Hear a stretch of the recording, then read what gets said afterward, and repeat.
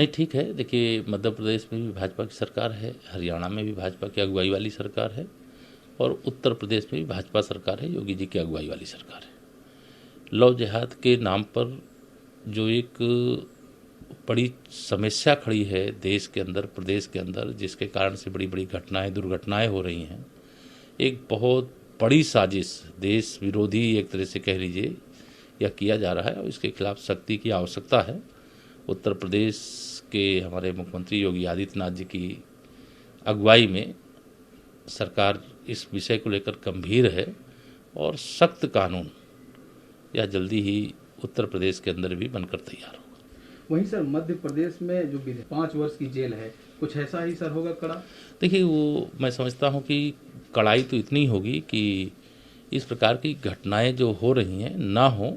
यही लक्ष्य लेकर के यह कानून बनाने की आवश्यकता महसूस हुई और आज इसकी आवश्यकता है। अगर इसे नहीं किया गया तो आने वाले समय में ऐसे विषयों को लेकर के बड़े बड़े विवाद, बड़े बड़े बवाल और बड़ी बड़ी समस्याएं खड़ी हो जाएंगी और जो इस प्रकार की साजिश का हिस्सा बने हुए हैं या जो इस प्रकार की साजिश कर रहे हैं, उन साजिशकर्ताओं के मंसूबे सफल होते रहेंगे। इसलिए इसको रोकने को एक बहुत ठोस योजना बना करके इस विषय पे यूपी सरकार आगे बढ़ रही है। वहीं सर वहाँ बहुत सवाल उठा रही, बहुत परेशान भी है इस चीज़ को लेकर, कार्यकर्ता लगातार मारे जा रहे हैं, 100 से ऊपर संख्या हो गई है, क्या कहेंगे? नहीं जी, देखिए, टीएमसी बौखलाई हुई है वहाँ भारतीय जनता पार्टी के पक्ष में, जहाँ कार्यकर्ता एक तरह से अपना बलिदान दे रहा है, वहीं पश्चिम बंगाल की जनता टीएमसी की सरकार के कार्यकलापों से त्राही त्राही कर रही है। तो भारतीय जनता पार्टी सरकार बनने जा रही है और भाजपा लगातार इस मुद्दे पर लड़ाई भी लड़ रही है कि राजनीति विचार की होती है, लेकिन टीएमसी कार्यकर्ताओं की हत्या करने वालों को संरक्षण दे करके सोचती है हम वापसी करेंगे, तो उनकी इसी प्रकार से विदाई होगी पश्चिम बंगाल से, जैसे यूपी से सपा और बसपा की हुई। वहीं सर अभी कमेंट आया है लव जिहाद को लेके, शायद ये लोग इसके पक्ष में नहीं है। जो भी इस देश के हित में, देश के सौहार्द के हित में और देश की एकता और अखंडता के हित में, देश की सुरक्षा के हित में जब भी कोई विषय होता है तो उसमें कांग्रेस और कांग्रेस के कोई भी नेता हों, उसके खिलाफ ही उनका बयान रहता है, उनके सुर रहते हैं। लेकिन यह लव जिहाद पर कानून बहुत आवश्यक है और जिस प्रकार से हरियाणा के अंदर दिन दहाड़े एक बेटी की हत्या कर दी जाती है, वह दृश्य पूरे सोशल मीडिया के माध्यम से देश ने देखा है, वो लोगों को दहलाने वाला है और इस प्रकार की चीज़ें रोकना सरकार की जिम्मेदारी, इसलिए रोक रहे हैं। कांग्रेस इस तरह की चीज़ें बढ़ाती रही है, लेकिन भारतीय जनता पार्टी इसके खिलाफ है और इसलिए हमारी जहाँ जहाँ सरकार है उस पर कदम उठाए जा रहे हैं। सर एक राहुल गांधी का ट्वीट आया है, इन्होंने कहा बल्कि लॉकडाउन करोड़ों मजदूरों को सड़क पर ले गए, फिर उनके एकमात्र सहारे मनरेगा की कमाई को बैंक से निकाल कर दूभर किया, सिर्फ बातों की है मोदी सरकार, कुचल रही गरीबों के अधिकार, क्या कहेंगे? देखिए, श्री राहुल गांधी जी के बारे में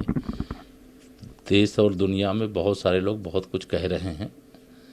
और अभी बिहार का विधानसभा चुनाव संपन्न हुआ है, देश के अंदर उपचुनाव संपन्न हुआ है। देश की जनता ने, बिहार की जनता ने कांग्रेस को नकार दिया है और इन्हीं सब कारणों के कारण से नकारा है कि माननीय नरेंद्र मोदी जी को जब ये किसी भी मुद्दे पर निशाना बनाते हैं तो देश यह समझता है कि राहुल गांधी जी मोदी जी को निशाना नहीं बना रहे हैं, वह देश के गरीबों को निशाना बना रहे हैं, किसानों को निशाना बना रहे हैं, मजदूरों को निशाना बना रहे हैं। जिस प्रकार से माननीय नरेंद्र मोदी जी के नेतृत्व में गरीब कल्याण, किसान कल्याण, मजदूर कल्याण, गाँव का विकास, गरीब का विकास, इस लक्ष्य को लेकर के 2014 से अब तक काम किया गया है, उसके कारण इस देश की चाहे मातृशक्ति हो, चाहे मजदूर हो, चाहे गरीब हो, चाहे किसान हो, वो खुशहाल हुआ है और इतना खुशहाल हुआ है कि उस खुशहाली को वह अपनी अभिव्यक्ति जो व्यक्त करना है, वो जहाँ कहीं भी चुनाव होते हैं वो कमल के फूल की बटन को दबा करके देता है और इसी कारण हम बिहार भी जीते हैं, देश के अंदर उपचुनाव भी जीते हैं। तो कांग्रेस की एक तरह से कह लीजिए कि यह विदाई की बेला है और कांग्रेस को देश ने नकार दिया है, जहाँ बचे हैं वहाँ से भी नकारे जाएंगे। वही सर छठ पर्व तो कोविड के साथ लोग मना रहे हैं यूपी में, क्या नहीं, निश्चित तौर से यह छठ भगवान सूर्यदेव की उपासना का एक तरह से ये महापर्व है। और इस पर्व पे जितना कठिन व्रत है उसको जो लोग संपन्न कर रहे हैं उनके लिए मंगल कामनाएं हैं। क्योंकि कोरोना संक्रमण का समय है तो जो प्रोटोकॉल है उसका पालन करते हुए सभी लोग अपने छठ पर्व को, छठी माई को, भगवान सूर्यदेव को आराधना कर रहे हैं। उसमें वो उनकी जो भावनाएं हैं, जो कामनाएं वो पूरी हों ऐसी कामना करते हैं। लेकिन प्रोटोकॉल का पालन करते हुए केवल यूपी में नहीं बल्कि पूरे देश में इस समय छठ का पर्व मनाया जा रहा है और लोगों में बहुत उत्साह है इस विषय को लेकर के।